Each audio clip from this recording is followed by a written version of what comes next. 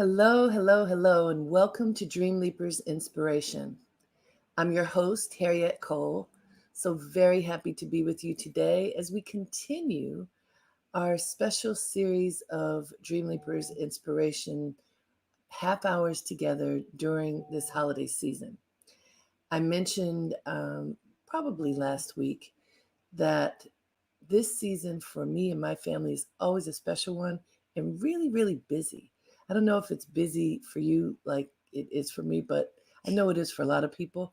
From Thanksgiving to New Year's, we seem to be in perpetual motion, going from, uh, we live in New York, going from New York back and forth to Baltimore, where my family is, going to Florida, where my husband's family is, going this year once again to visit people for the holidays and fellowship with loved ones. Last year, as I'm sure was true for most of you, we didn't go anywhere because of the heavy cloud of COVID-19 that was hovering over us all. And in fact, a reminder for us all that as we are out and about with each other, we still have to be cautious.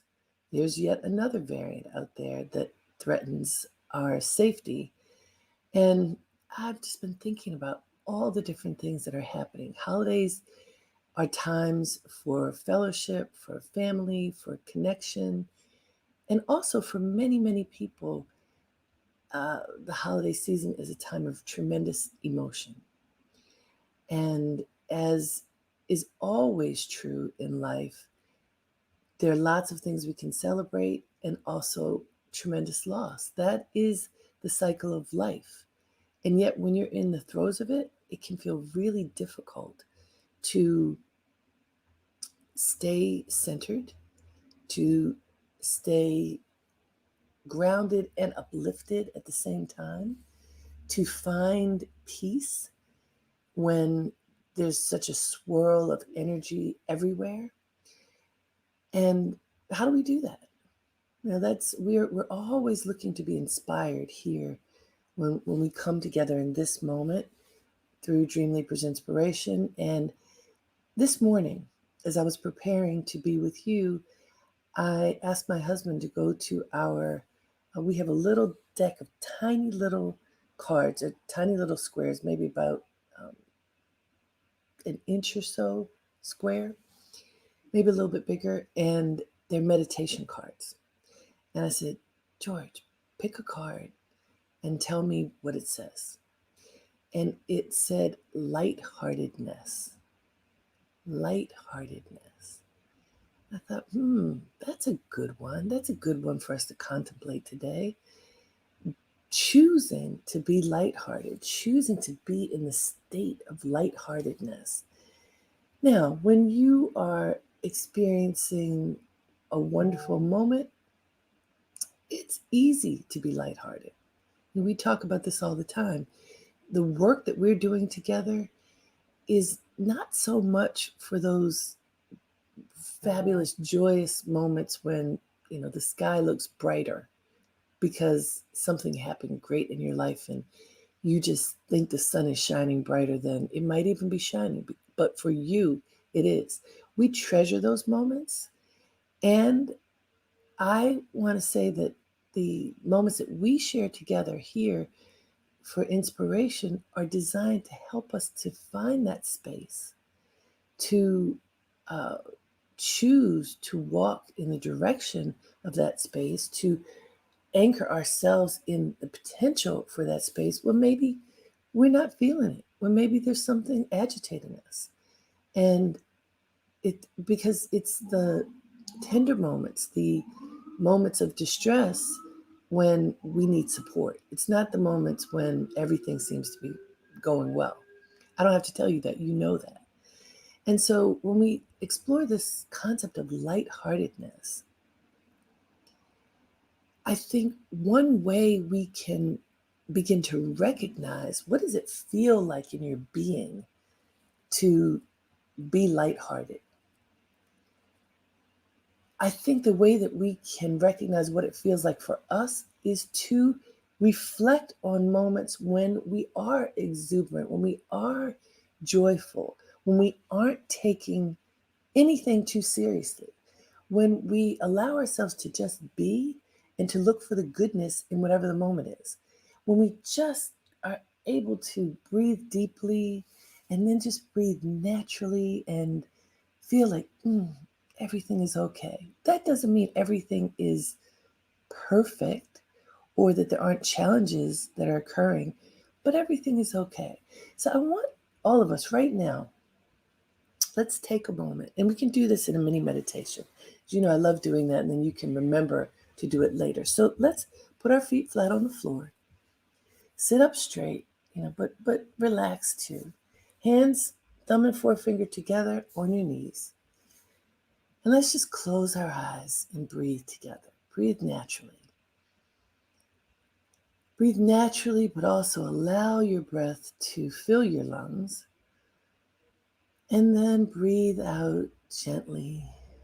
Just breathe. Notice your breath as it moves in and out of your body. Just allow it to go in and out very naturally, inviting your body to be at peace, to let go of any tension that you may feel in your body. Just notice the breath as it moves in and out of your body and invite it to bring lightness to your inner being. Breathe in lightness. Breathe out heaviness. Breathe in lightness. Breathe out heaviness. Just with your natural breath, just consciously tell yourself you're breathing in lightness. You're breathing out heaviness. When you welcome lightness into your being, allow your shoulders to relax. Allow your spine to elongate. This way it makes it easier for the oxygen to move in and out of your body with ease. Breathe in lightness. Breathe out heaviness. Now, as you're breathing very naturally, invite yourself to remember a lighthearted moment, something that naturally brought a smile to your face. Invite yourself to recall a moment when you just welled with joy and a bright smile came into your being and manifested in you. What is that moment? Maybe there's more than one. Ask yourself to remember a joyful, lighthearted moment. It could be a lighthearted moment in the midst of a sad moment. It could be a lighthearted moment in the midst of a tense moment. Sometimes those are the best, when somebody does something or says something to break the mood, to shift the energy. When someone brings lightheartedness into an otherwise challenging space, allow yourself to see a moment of lightness, a moment of lightheartedness that just made you smile. Just breathe and notice what comes up. What has made you smile recently? It could be just the simplest thing.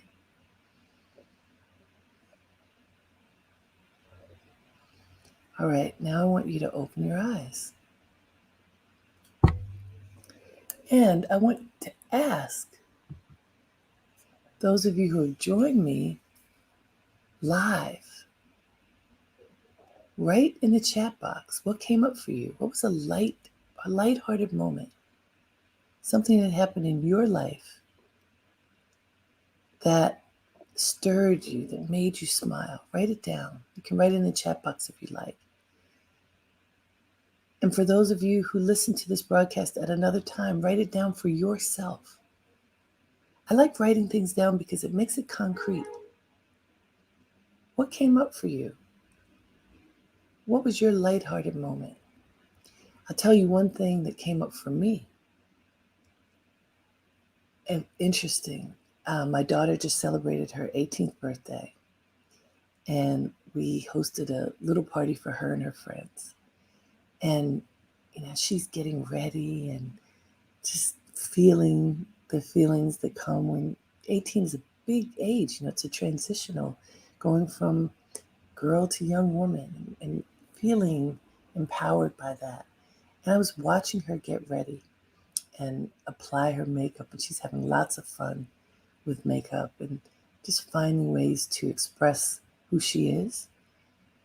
And watching her just made that smile come right on my face, seeing this being who I remember the day that she was born, of course, and watching her evolve into the person she is today made me smile. It was a light moment. And we were getting ready. There was anticipation about when the party would begin, but mostly it was a moment of lightness. What about you? What's your lighthearted moment? What came up for you? Write it down. And you're writing it down so that you can hold on to it and remember it during tender moments. I'll give you another lighthearted moment. So, a dear friend of mine, Pam, lost her father very recently. And we all have become very close over the years. And her father was funny, and she's funny. Her family has a really fun sense of humor. And so, in the middle of grieving, really feeling the loss of her father, Bill, Pam had all kinds of jokes. She always does. And jokes, light moments, even if they're not jokes, light moments with memories. So she and her brother were finding all kinds of photos of their father and posting them on social media and sharing memories. And one of the lighthearted memories came in a photo and a caption where there's Bill walking along his beloved beach in Sag Harbor, picking up debris. He would walk the beach every day, and for anybody who littered, or even if there's just beach debris that came up, he would be picking it up. And showing that photo of her dad in one of his lovely routines stirred my heart in a lighthearted, simple, lovely way. Here was this man who has now left us and joined ancestors. And rather than in that moment shedding tears, she gave us all a smile, showing him caring for his beloved beach that we all love in a very simple act of kindness and thoughtfulness. Lightheartedness, that's what we're welcoming. We are inviting ourselves to adopt a lighthearted attitude. So even in grief, we can choose to embrace something that is light. That now, lightheartedness means a lot of things. Physically, as we were doing our little mini meditation, when we're welcoming lightness in and inviting the oxygen to fill us with lightness, that's taking away the heaviness that we can sometimes feel, weight of heaviness, the darkness, light and dark, the darkness that we may feel when our hearts are heavy, lifting away the darkness and inviting in the light, looking toward the light. I talk about this a lot too, that when you are feeling tender, when you're feeling down, when you're feeling agitated, call someone whose flame, whose inner flame you believe is bright in this moment, and invite that person to help ignite your flame and help your flame to be brighter, rather than what we often do, which is to call someone with whom we can commiserate, complain. That's diving into darkness. That is what I do not recommend for any of us. Choose the light. So lightheartedness, to be light of heart, is to choose joy whenever you can, to find joy in the moment, to find a connection to love in the moment, even when something's happening that is painful or disturbing or uncomfortable. We can still choose love and light. And when you recognize that, you recognize your power. You have the power to choose. How are you going to embrace this moment? The power of choice is one of the most profound things that human beings have. You can choose how you are going to react to whatever comes your way.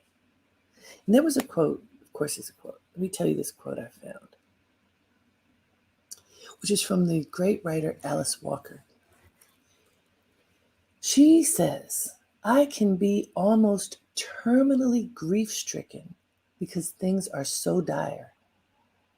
But at the same time, there's a real lightheartedness about just the recoverability of life, of how things change, how they're not the same ever again.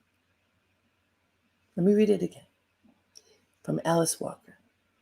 I can be almost terminally grief-stricken because things are so dire. You feel the weight of that? But at the same time, there's a real lightheartedness about just the recoverability of life, of how things change, how they're not the same ever again. There's so much in there. How many of us have had moments when the grief was so incredibly profound that it felt terminal? That's what she's saying. She can be almost terminally grief-stricken. When you get to that point where the grief is so deep and profound that you don't think you can recover from it, because she says, because things are so dire, then imagine that state, almost terminally grief-stricken because things are so dire. But at the same time, there's a real lightheartedness about just the recoverability of life. The recoverability of life, of how things change, how they're not the same ever again. This brings so many images to mind. I think of people who've been incredibly ill and in the operating room. They're going to have surgery to remove something in their bodies that's killing them. And there's the question, will this save their lives? And you don't know. You're unsure. But then faith comes in and healing, the potential for healing comes in. And then think of people who, one of the worst categories of disease is cancer. And in order to survive cancer, many people have to almost die in order for it to happen because the medicines are so invasive. And I've witnessed many people go through cancer and have the chemo and radiation, and watching them in this state that Alice Walker's talking about, almost terminally grief-stricken because things are so dire, and physically not even knowing if they're going to survive. And then so many do. And there's a real lightheartedness, Alice Walker says, about just the recoverability of life. Think about the recoverability of the body. Now, I just mentioned extremes, life and death. We can look at things that are far simpler than that. You break a bone, you cut a finger, you get a burn, you hurt your body in some way. How often do we recover? How quickly do we often recover? It's kind of amazing what the human body can do. It's also amazing how the human heart can recover if we let it. See, often we hold on to things. And I think, many spiritual advisors and some scientists believe that if you hold on to negative things in the heart, it can affect the body and kill the body. Certainly, we've experienced if you hold on to grudges, if you are unwilling to let go of things that are hurting your heart, if you hold on to them, they can break your heart. And then your heart doesn't recover. You can become filled with dis-ease because you're unwilling to let go of whatever pain you may have experienced in your life. How many of you have had that experience? I'm going to tell you right now, I have. It took me, in one instance, many years to forgive someone who hurt me when I was a child. I just couldn't figure out how to let it go.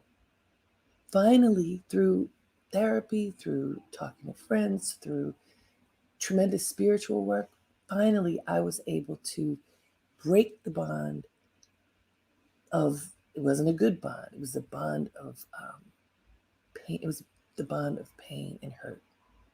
It was like bound to my soul. And I was able to break that and be free of it. And what came with that? Lightheartedness. Instead of a heavy heart, I was able to unlock a lighter heart. I am here to tell you it works. The recoverability of the heart is real. And that does not mean that you erase whatever has occurred in your life and act like it didn't happen. But to heal your heart, you have to let go. You have to forgive.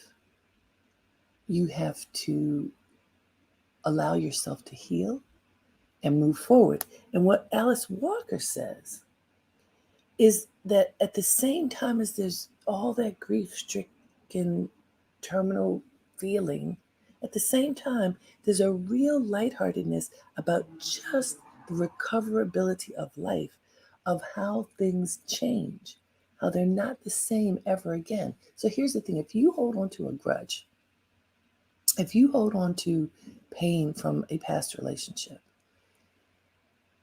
and because you're holding on to it, it's like there's a moment that's frozen in time. Something happened. Something happened. It hurt you. It could have been physical hurt. It could have been a psychic hurt, spiritual hurt. Something happened. You remember it. Maybe more than one something happened, and you remember a series of things. I am not here to say to you that whatever happened isn't real. Not at all. I can speak for myself. I know many things are real that have happened that are painful. And if you hold on to that, if you stay in the memory of what happened in the past without allowing yourself to be in the present, then you're not even acknowledging what Alice Walker says, how things change, how they're never the same ever again. So how can you be in the present moment? How can you fully embrace this moment and accept the gifts that this moment has to offer you if you're dwelling in the past? It's not possible. There's not enough space. In order to fully welcome the gifts that this moment has to offer you, you have to let go of the things, that the baggage that you're carrying around.